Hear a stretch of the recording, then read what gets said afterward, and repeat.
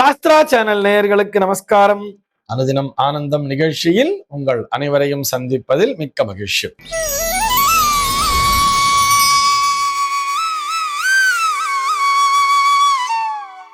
இன்று 16/7/2026 இந்த நாள் குறித்து பஞ்சாங்கம் என்ன சொல்றதுன்னு பார்க்கலாம் வாங்கும். இன்றைய தினம் பராபவ வருடம் ஆனி மாதம் 32ஆம் தேதி வியாழக்கிழமை. திதி பார்த்தோம்னா வளர்பிறை த்விதியை திதி காலை 8:53 வரைக்கும் இருக்கு. அதனைத் தொடர்ந்து வளர்பிறை திருதியை திதியானது வந்து விடுகிறது. இன்னைக்கு நட்சத்திரம் பார்த்தோம்னா ஆயில்யம் நட்சத்திரம் இரவு 7:50 வரைக்கும் இருக்கு. அதனைத் தொடர்ந்து மகம் நட்சத்திரம் என்பதும் வந்து விடுகிறது. இரவு 7:50 வரை, அதாவது ஆயில்யம் நட்சத்திரம் இருக்கின்ற வரை இந்த நாளானது ஒரு சித்த யோகம் கூடிய நாளாக இருக்கிறது. அதனைத் தொடர்ந்து அமிர்த யோகம் என்பதும் வந்து விடுகிறது. இது போக பஞ்சாங்கத்திலே வரக்கூடிய யோகம் அப்படின்னு சொல்லி பார்த்தோம்னா இன்றைய தினம் சித்தி அப்படிங்கிற ஒரு நாம யோகத்தை கொடுத்திருக்கா. கரணம் பார்த்தோம்னா கௌளவம் அப்படிங்கிற ஒரு கரணம் காலையில 8:53 வரைக்கும் இருக்கு. அதனைத் தொடர்ந்து தைத்தில்லம் என்கின்ற கரணமானது வந்து விடுகிறது. இந்த நாளானது ஒரு கீழ்நோக்கு நாளாக அமைந்திருக்கிறது. இன்னைக்கு என்ன ஸ்பெஷல் அப்படின்னு சொல்லி பார்த்தோம்னா இன்றைய தினம் பஞ்சாங்கத்திலே அமிர்த லக்ஷ்மி விரதம் அப்படிங்கிறத கொடுத்திருக்கா. இது போக ஜெகநாதரினுடைய ரத யாத்திரையானது நடக்கிறது. இது போக இன்றைய தினமானது புகழ் துணை நாயனாரினுடைய குரு பூஜை நாளாகவும் அமைந்திருக்கிறது. சென்னையை பொறுத்தவரை இன்றைய தினத்தினுடைய சூரிய உதயம் என்பது காலை 5:54 சூரிய அஸ்தமனம் என்பது மாலை 6:35 சம்பவிக்கிறது. இன்றைய தினத்தினுடைய நல்ல நேரம் அப்படின்னு சொல்லி பார்த்தோம்னா காலை 9 மணி முதல் 10 மணி வரையிலும், மாலை 4 மணி முதல் 5 மணி வரையிலும் நல்ல நேரமே. சென்னையை பொறுத்தவரை இன்றைய தினத்தினுடைய ராகு காலம் என்பது மதியம் 1:50 முதல் 3:25 வரையிலும், யமகண்டம் என்பது காலை 5:54 முதல் 7:29 வரையிலும், குளிகை காலம் என்பது காலை 9:04 முதல் பகல் 10:39 வரையிலும் சம்பவிக்கிறது. தினாந்தம் பார்த்தோம்னா இன்றைய தினம் இரவு 1:39 கொடுத்திருக்கா. சூலம் பார்த்தோம்னா இன்றைக்கு தெற்கே சூலம் மதியம் 2:21 வரையில் அந்த சூல தோஷம் என்பது உண்டு. அதற்குரிய பரிகாரமாக நல்லெண்ணெய் தானம் விட்டு தெற்கு திசையை நோக்கி பயணிக்கலாம் அப்படிங்கிறதையும் சொல்லி இருக்கா. இன்றைய தினத்தினுடைய ஆன்மீக தகவலாக நம்ம என்ன பார்க்க போறோம் சொல்லி பார்த்தோம்னா நாளைக்கு ஆடிங்கிறது பிறக்குது இல்லையா, இந்த ஆடி மாதத்தினுடைய சிறப்புகள் என்ன அப்படிங்கிறத தான் பார்க்க போறோம். ஒவ்வொரு வருடமே நம்ம பார்த்துட்டு தான் இருக்கோம். இந்த ஆடி மாதம் அப்படின்னு சொன்ன உடனேயே நமக்கு அம்மன் அப்படிங்கிறது ஞாபகத்துக்கு வந்துடும். ஆக அம்மனினுடைய அருள் நிறைந்த அருள் தரும் ஆடி மாதம் அப்படிங்கிற மாதிரி இந்த மாதத்தை எடுத்துக்கொள்ளலாம். ஆடி மாதம் அப்படின்னு சொன்ன உடனேயே நமக்கு தட்சிணாயனம்ங்கிறது பிறந்துடுறது. தட்சிணாயன துவக்கம், தட்சிணாயன புண்ணிய காலம் அப்படிங்கிற மாதிரி கூட நாளைக்கு கொடுத்திருப்பா பஞ்சாங்கத்திலே. தட்சிணாயனம்னா என்ன, அதாவது ஒரு வருடம் என்பது நம்மை பொறுத்தவரை ஒரு வருட காலம் என்பது தேவர்களை பொறுத்தவரை அது ஒரு நாள் தான். உத்தராயணம்னு சொன்னால் தேவர்களுக்கான பகல் பொழுது. இந்த பகல் பொழுதானது இன்றைய தினத்தோடு முடிவடைந்து அவர்களை பொறுத்தவரை இன்னைக்கு சூரிய அஸ்தமிச்சிடுது.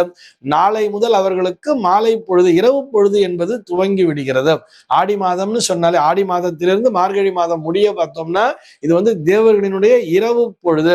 இதனை தட்சிணாயனம் என்ற பெயரிலே சொல்கிறார்கள்.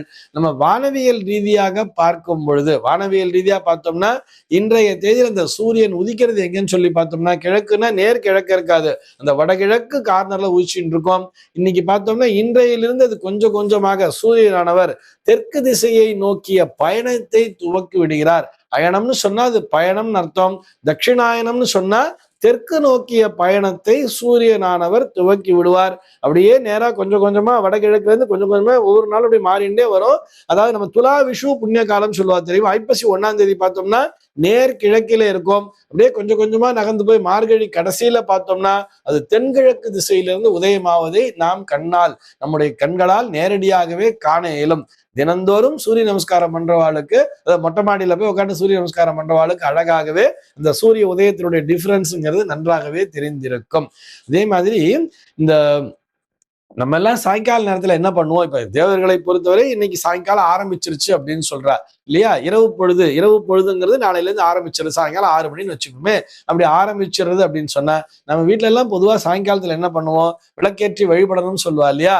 அதுபோல் விளக்கேற்றி இறைவனை வழிபடுகின்ற மாதமாக, தேவர்களும் வழிபடுகின்ற மாதமாக இந்த மாதமானது அமைந்திருப்பதால் தான் இந்த மாதத்திலே அத்தனை விசேஷம். அதுவும் விளக்கேற்றி வழிபடுறோம்னா அம்பிகையைத்தாலே வழிபடுவோம். அதனால இந்த மாதமானது அம்பிகைக்குரிய மாதமாகவே பார்க்கப்படுகிறது. இதுபோக இந்த மாதத்திற்கு ஆடி மாதத்தை கடக மாதம் என்ற பெயரில் அழைப்பார்கள். ஏன் கடக மாதம் என்று அழைக்கிறார்கள் சொல்லி பார்த்தோம்னா, கடக ராசியிலே சூரியனானவர் சஞ்சரிக்கக்கூடிய காலமாக இருக்கிறது. கடக ராசி அப்படின்னு சொன்னா அது சந்திரனுக்குரிய ராசி. மாத்திருக்காரகனாகிய சந்திரனுக்குரிய ராசியாக இந்த ராசியானது இருக்கிறது. இந்த சந்திரனுக்குரிய ராசியிலே பித்திருக்காரகனாகிய சூரியன் சென்று இணையக்கூடிய மாதமாக, அதாவது அம்பிகையோடு இறைவனானவர் சென்று இணையக்கூடிய மாதமாக இந்த மாதமானது அமைந்திருக்கிறது. ஒரு சிவசக்தியினுடைய ஐக்கியமாகவே இது பார்க்கப்படுகிறது. அந்த சிவசக்தியினுடைய ஐக்கியத்தின் வெளிப்பாடாகத்தான் காற்று அப்படின்னு பார்த்தோம்னா ஆடி மாதத்திலே அப்படி ஒரு சூறை காற்றுங்கிறது அடிக்கும் தெரியுமா? ஆடி காற்றிலே அம்மியும் பறக்கும் அப்படிங்கிற மாதிரி சொல்லி இருப்பா. அத்தனை விசேஷமான மாதமாக இந்த மாதமானது பார்க்கப்படுகிறது. அதுவும் எப்படி சிவன் போய் இணைஞ்சான்னு சொன்னா எப்படி இணைஞ்சிருப்பார்? ஆடி தபசுன்னு சொல்லுவா தெரியுமா? அம்பிகையானவள் ஊசி முனையில நின்று தபம் செய்த மாதம் இந்த மாதம் அப்படின்னு சொல்லணும். அதனாலதான் அத்தனை விசேஷம். அம்பிகைக்கு மிகவும் உயர்ந்த மாதமாக இந்த மாதமானது பார்க்கப்படுகிறது. ஆடி மாசம்னு சொன்ன உடனே நமக்கு எல்லா கோவிலும் அம்மன் பாட்டுங்கிறது பாடிட்டு இருக்கோம். நமக்கு எல்லா கோவிலையும் கூழ் வாக்குறோம், சாக்க வாக்குறோங்க மாதிரிலாம் சொல்லிட்டு இருப்பா.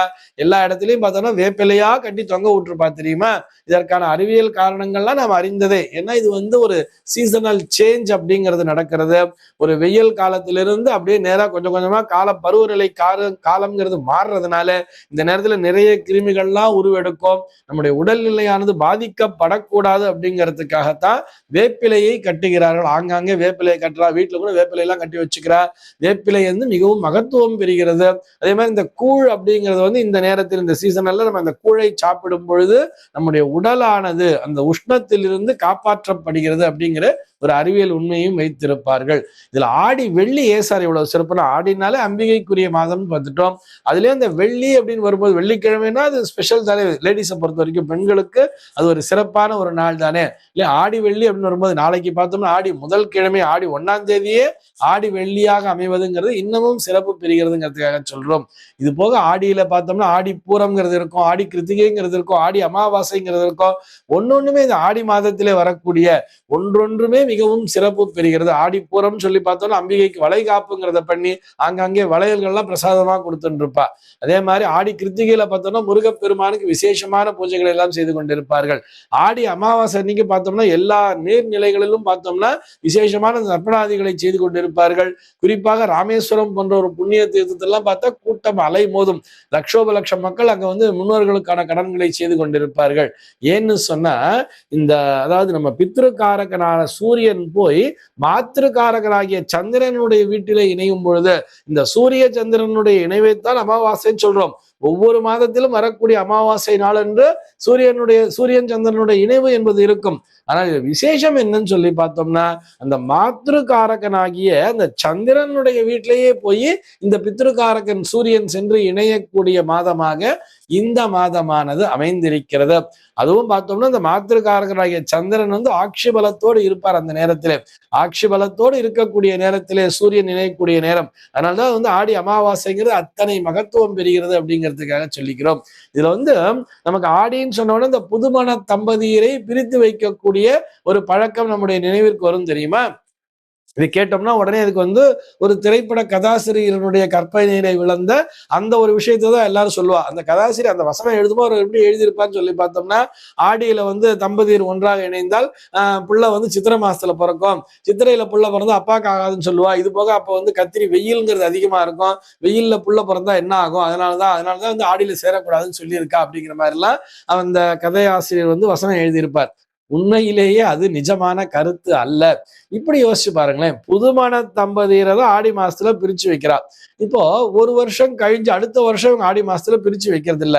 அப்ப 2வது ஆடி வருஷம் அந்த 2வது வரக்கூடிய ஆடி மாசத்துல இந்த தம்பதியர் ஒன்றாக இணைந்து அடுத்த அப்போ சித்திரையில புள்ள பிறந்தா பரவாயில்லையா? ஆக இதை யோசிக்கணும்ல, எதுக்காக புதுமண தம்பதியரை பிரித்து வைத்து செல்கிறார்கள்? அம்மா வீட்டுக்கு எதுக்கு அழிச்சுட்டு போறான்னு சொன்னா, இந்த தட்சிணாயன காலம் முழுக்கவே விரதாதிகள், விரதம்ங்கிறது ஆரம்பிச்சிடும்.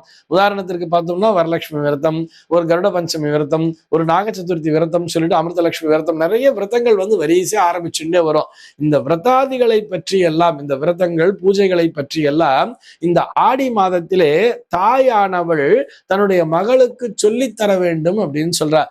ஏன் சார் இதை கல்யாணத்துக்கு முன்னாடியே சொல்லி தந்தா என்னன்னு கேட்டா, கல்யாணத்துக்கு முன்னாடி சொல்லி தரும்போது இந்த பிள்ளைகளுக்கு அதை புரிந்து கொள்ளக்கூடிய தன்மை என்பது இருக்காது தானே. நிச்சயமா வீட்டுல எல்லா பிள்ளைகளுக்கும் அவங்க பார்த்துட்டே தான் இருந்திருப்பா. வீட்டுல அம்மா எப்படி பூஜை எல்லாம் பண்றாங்கிறதெல்லாம், ஆடியிலிருந்து வரக்கூடிய விரதங்கள் எல்லாம் பார்த்துட்டு இருப்பா, மனசுல பதிஞ்சிருக்கும். இருந்தாலும் அவர்கள் நேரடியாக அந்த விரதத்தினை செய்யும் பொழுது இப்படியெல்லாம் நைவேத்தியங்களை பண்ணணும், இந்த மாதிரி அந்த நோன்பினை எடுக்க வேண்டும் என்று சொல்லி ஆடி மாதம் முழுக்கவே எப்படி அம்பிகையை பூஜிக்க வேண்டும் என்பதை பெற்ற தாயானவள் புதிதாக திருமணமாகி தன்னுடைய அந்த மாமியார் வீட்டிற்கு சென்ற அந்த மகளை அழைத்து கொண்டு வந்து இப்படியெல்லாம் நடந்துக்கணுமான்னு சொல்லி அறிவுரை சொல்லக்கூடிய மாதமாக இந்த மாதமானது அமைந்திருக்கிறது என்று சொன்னால் அதுதான் உண்மையான கருத்து. அதைத்தான் நம்முடைய சாஸ்திரம் அறிந்த பெரியவர்கள் அந்த கருத்தினை முன்னிறுத்தித்தான் ஆடி மாதத்திலே புதுமண தம்பதியரை பிரித்து வைத்தார்களே தவிர, இப்படி யோசிச்சு பாருங்களேன், இது ஒரு சிவசக்தி ஐக்கிய மாதமாகவே பார்க்கப்படுகிறது. அம்பிகையானவள் ஆடி தபசெல்லாம் மேற்கொண்டு இந்த ஆடி மாதத்துலதான் சிவனும் சக்தியும் ஒன்றாக இணைந்தார்கள் அப்படிங்கிற விஷயங்கள் எல்லாம் பார்க்கிறோம். அப்படி இருக்கும்போது இந்த மாசத்துல போய் புதுமண தம்பதியரை பிரித்து வைப்பார்களா? எதற்காக அப்படின்னு சொன்னா, இந்த விரத பூஜைகளை எல்லாம் அந்த பெண் தெரிந்து கொள்ள வேண்டும் என்பதற்காகத்தான். இந்த தகவலோடு இன்றைய தினம் உங்களிடமிருந்து நான் விடைபெற்றுக் கொள்கிறேன். மீண்டும் உங்கள் அனைவரையும் நாளைய தினம் ஒரு புதிய தகவலோடு சந்திக்கிறேன். அன்பர்கள் அனைவருக்கும் அனுதினமும் ஆனந்தமாய் அமைய பிரார்த்திக்கிறேன்.